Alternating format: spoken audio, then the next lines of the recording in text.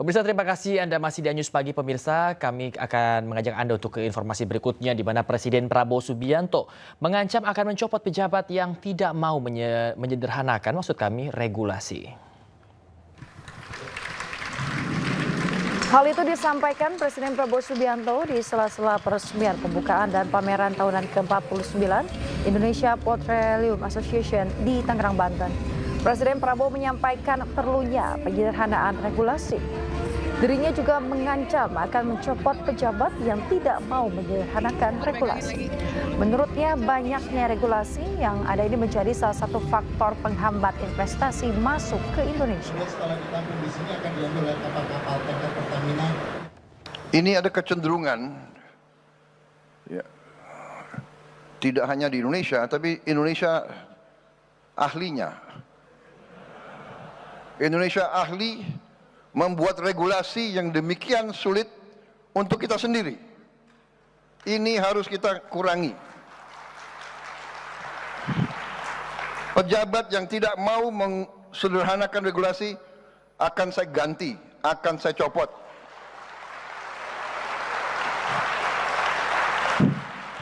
Banyak anak-anak muda yang nunggu diberi kesempatan.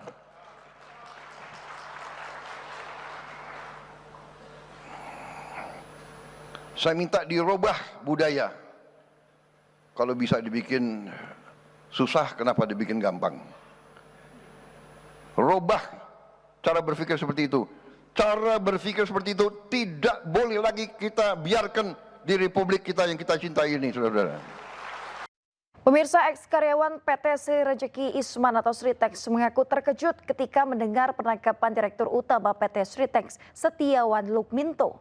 Mereka tidak takut jika penangkapan Direktur Utama PT Sritex ini berpengaruh kepada pemberian hak pesangon terhadap seluruh mantan karyawan.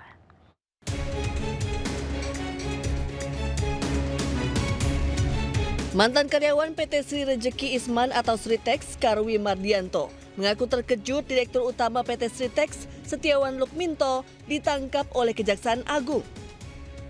Kejaksaan Agung saat ini tengah mengusut dugaan korupsi terkait pemberian kredit bank kepada perusahaan tekstil PT Sritex. Karwi mengaku tidak takut jika penangkapan Direktur Utama PT Sritex ini berpengaruh kepada pemberian hak pesangon kepada seluruh ex-karyawan. Menurut saya pribadi sebagai ex-karyawan, status kita kan sudah di PHK. Apapun yang terjadi sama hidup, saya yakin kemungkinan hak kami mengenai pesangon tetap cair ya. Masalahnya kita kan statusnya sudah PHK, otomatis kan hak kami tetap akan diberikan, harusnya seperti itu. Di mata mantan karyawan, sosok Iwan Setiawan Lukminto merupakan seseorang yang tegas namun mempedulikan nasib karyawan. Dari Sukoharjo, Jawa Tengah, Kalim Mahfur, iNews melaporkan. Sebelumnya setelah dinyatakan pilot, PT Sritex memecat ribuan karyawannya. PT Sritex pun resmi tutup permanen per tanggal 1 Maret 2025 lalu.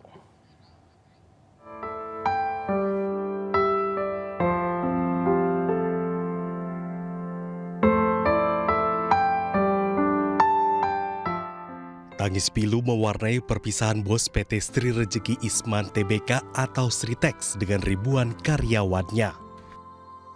Direktur Utama Sritex, Iwan Kurniawan Lukminto, tak kuasa menahan tangis saat berpamitan dengan karyawannya. Ribuan karyawan yang hadir di momen perpisahan tersebut juga tidak kuasa menahan kesedihan.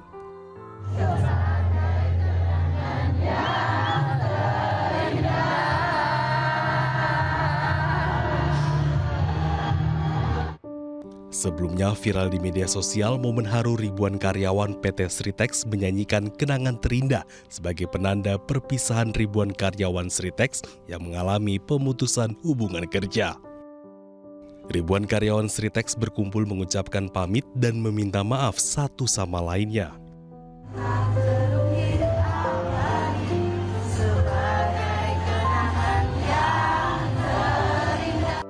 Pada 1 Maret 2025, PT Sritex pun resmi menutup permanen perusahaan akibat kondisi pilot.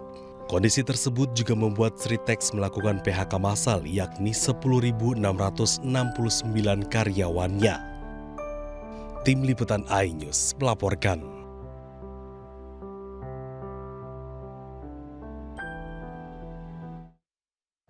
Pemirsa, Pengadilan Negeri Sleman akan menggelar sidang perdana kasus gugatan ijazah Presiden ke-7 RI Joko Widodo dengan tergugat UGM hari ini.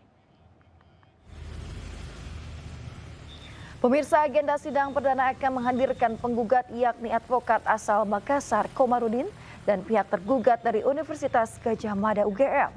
Total ada 8 orang tergugat yakni Rektor UGM Ova Emilia, 4 orang wakil rektor, Dekan Fakultas Kehutanan UGM Sigit Sunarta, Kepala Perpustakaan Fakultas Kehutanan UGM, serta dosen pembimbing akademik Jokowi saat kuliah Kasmujo.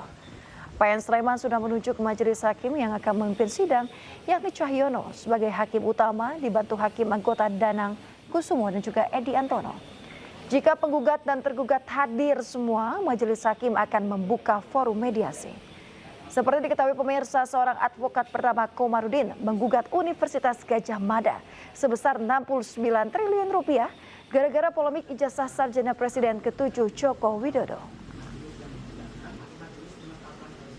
Di acara setelah hadir para pihak pasti akan kepada tahap berikutnya, yaitu untuk forum mediasi. Namun kalau ternyata para pihak salah satu tidak hadir, otomatis majelis hakim akan mencoba memanggil kembali kepada para yang tidak hadir. Pemirsa, mediasi kasus ijazah Jokowi di Pengadilan Negeri Surakarta, Jawa Tengah tidak menemui titik temu. Kasus akan dilanjutkan di pengadilan dan persidangan dimulai pekan depan.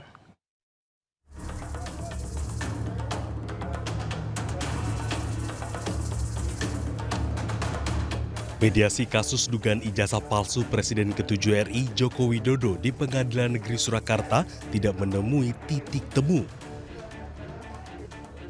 Kedua belah pihak tidak menemui kesepakatan dana akan dilanjutkan di persidangan pada pekan depan. Koordinator Kuasa Hukum Tim Tipu UGM, Andika Dian Prasetyo, mengatakan sulitnya tercapai kesepakatan disebabkan adanya syarat tertentu dan ditolak oleh para tergugat. Tetapi dari pihak tergugat 2, 3, dan 4 itu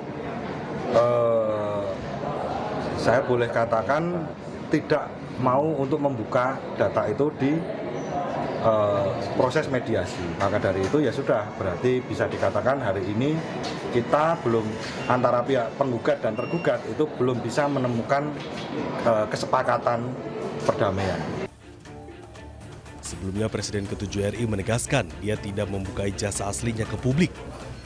Menurut Jokowi, ijazah akan ditujukan ke publik di persidangan. Ijazah nanti akan kami buka pada saat diminta oleh pengadilan, oleh hakim. Presiden ke-7 RI Joko Widodo menjalani pemeriksaan di Bareskrim Polri terkait kasus dugaan kepemilikan ijazah palsu. Selain diperiksa, Jokowi juga sekalian mengambil ijazah yang belum diserahkan ke Bareskrim sebagai barang bukti. Kita ke informasi berikutnya, pemirsa. Gelombang protes terhadap Menteri Kesehatan Budi Gunadi Sadikin terus meluas dari kalangan akademisi kedokteran. Ratusan guru besar dan dokter dari berbagai institusi mengecam pernyataan dan juga kebijakan Menkes yang dinilai kontroversial dan tidak berpijak pada bukti ilmiah. Menyampaikan keprihatinan mendalam atas kebijakan kesehatan dan pendidikan kedokteran dari Kementerian Kesehatan yang berpotensi menurunkan mutu pendidikan dokter dan dokter spesialis sehingga akan berdampak langsung pada kualitas pelayanan kesehatan masyarakat. Ratusan guru besar Fakultas Kedokteran Universitas Indonesia (FKUI) menyatakan sikap kecewa terhadap Menteri Kesehatan Budi Gunadi Sadikin. Kekecewaan ini muncul akibat sejumlah pernyataan dan kebijakan Menkes yang dinilai kontroversial dan melenceng.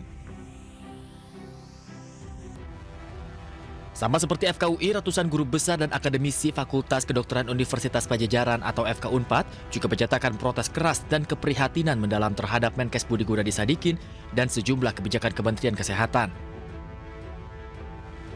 Sementara itu, para dokter ahli yang tengah menggugat Menteri Kesehatan terkait Kolegium Kesehatan di Pengadilan Tata Usaha Negeri Jakarta turut berkomentar. Mereka menilai pernyataan kontroversial Menkes beberapa hari terakhir seharusnya berdasarkan bukti ilmiah sehingga tidak meresahkan masyarakat. Pak Menteri ini tiba-tiba mengemukakan buah pendapat orang-orang yang mendapatannya lebih dari 15 juta pasti lebih pintar daripada orang yang pendapatannya 5 juta. Ini sebuah statement yang tidak berbasis kepada bukti. Seorang menteri mengeluarkan statement yang tidak berbasis bukti dan menimbulkan gegap gempita. Jangan-jangan ini pengalihan perhatian karena udah membahananya seluruh Indonesia ini tentang kolegium tadi. Sidang gugatan terhadap keputusan Menkes soal keanggotaan Kolegium Kesehatan Indonesia kini telah memasuki tahap akhir, yakni penggugat telah menyerahkan berkas kesimpulan ke PT UN Jakarta. Penggugat berharap majelis hakim menolak segala bentuk intervensi kekuasaan dan mengembalikan wewenang pembentukan dan pengelolaan Kolegium Kesehatan kepada komunitas ilmiah. Tim Liputan, iNews melaporkan.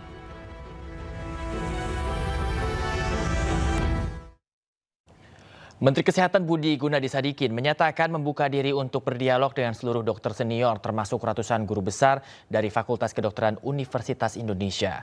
Budi menjelaskan bahwa dirinya tengah melakukan transformasi kebijakan. Kementerian Kesehatan sangat membuka diri kalau ketidaknyamanan ini terjadi untuk berkomunikasi. Ya. Nanti teman-teman Kementerian Kesehatan bisa bilang waktu kita nyusun undang-undang itu kan yang paling fundamental kan. Itu berapa puluh ribu orang yang memang memberikan masukan ke kita, ada di list YouTube-nya kita, memberikan masukan lewat email, itu ada semua datanya. Jadi kita bisa nunjukin. Ya. Kebijakan-kebijakan yang kita bikin sekarang, itu melibatkan banyak khususnya guru besar dari Fakultas Kedokteran. Pemirsa, Menteri Koperasi Budi Aris Setiadi dan jajaran menggelar audiensi dengan KPK di Gedung Merah Putih KPK Jakarta Rabu siang guna mengawal program Koperasi Desa Merah Putih.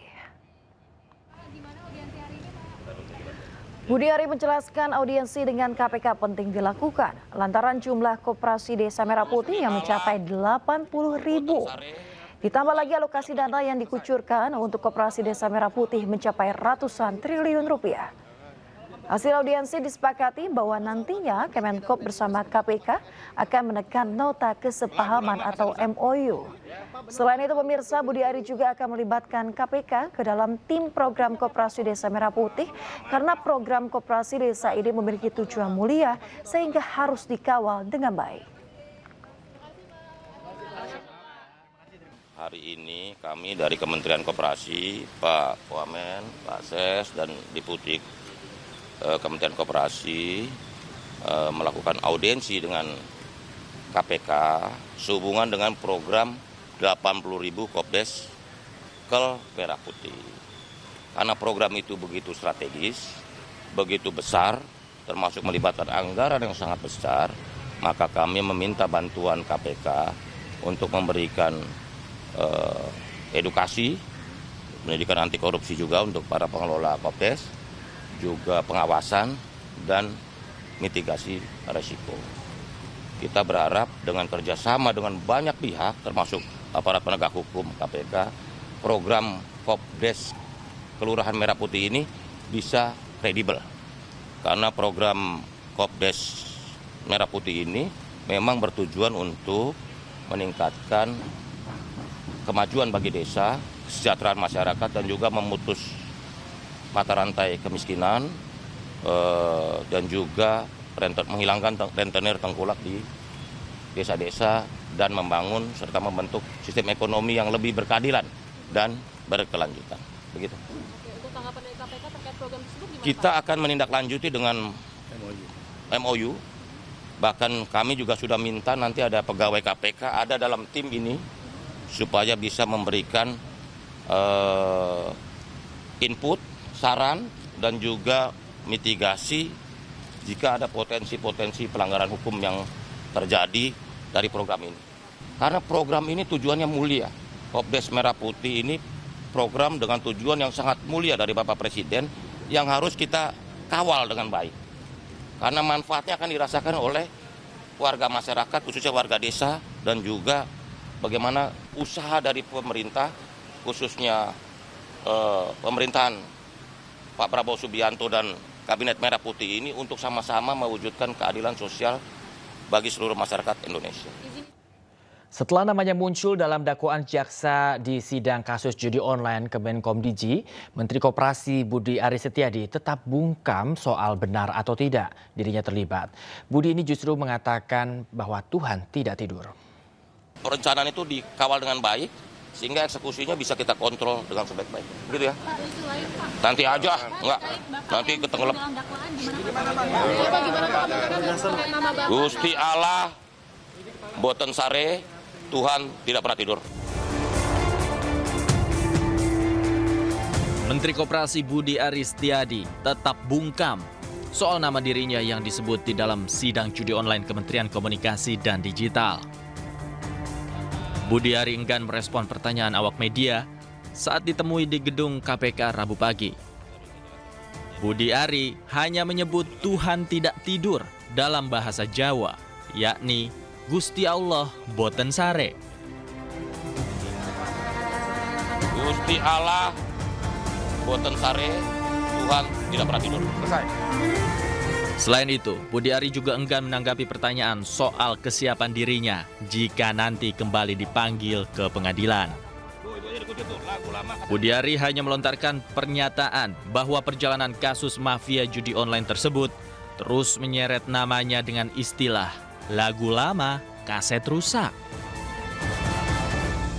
Lagu lama, kaset rusak. Ya. Tuh, itu aja dikutip tuh, lagu lama, kaset rusak. Ya. Sebelumnya polisi berhasil membongkar kasus judi online yang melibatkan 11 orang pegawai aktif Kementerian Komunikasi dan Digital. Sidang perkara Komdigi sendiri sudah digelar pada Rabu 14 Mei 2025 yang lalu dengan agenda pembacaan dakwaan atas 4 orang terdakwa. Dan hingga kini ada 3 orang yang masih buron dalam kasus ini. Tim Liputan iNews melaporkan. Pemirsa, untuk pertama kalinya sebuah pameran industri printing diselenggarakan di Yogyakarta. Dengan ragam teknologi modern dalam dan juga luar negeri, pameran ini diharapkan dapat memajukan industri kreatif di Indonesia.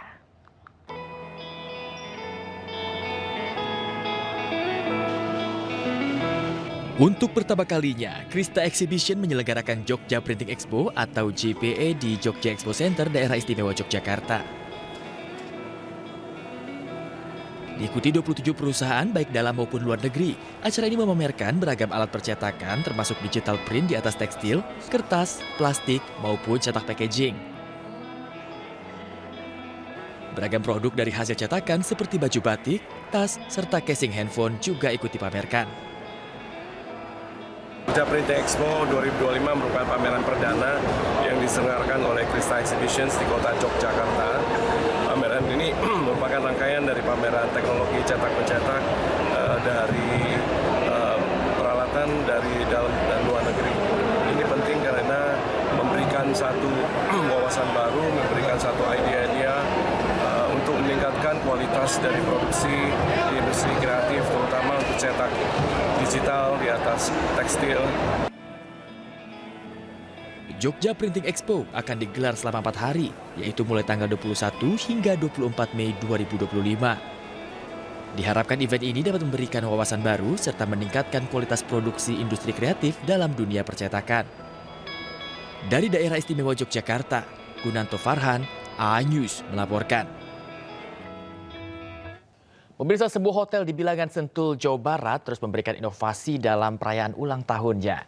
Nah, salah satunya pada kulinernya, pemirsa, yang menghadirkan ragam sajian khas Sunda yang menggugah selera.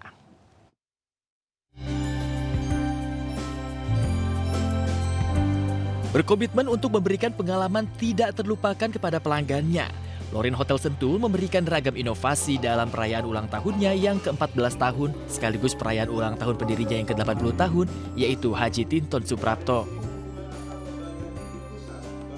14 tahun perjalanannya, Lorin Hotel Sentul memperkenalkan konsep baru dan inovatif pada kulinernya, yaitu asli kampung.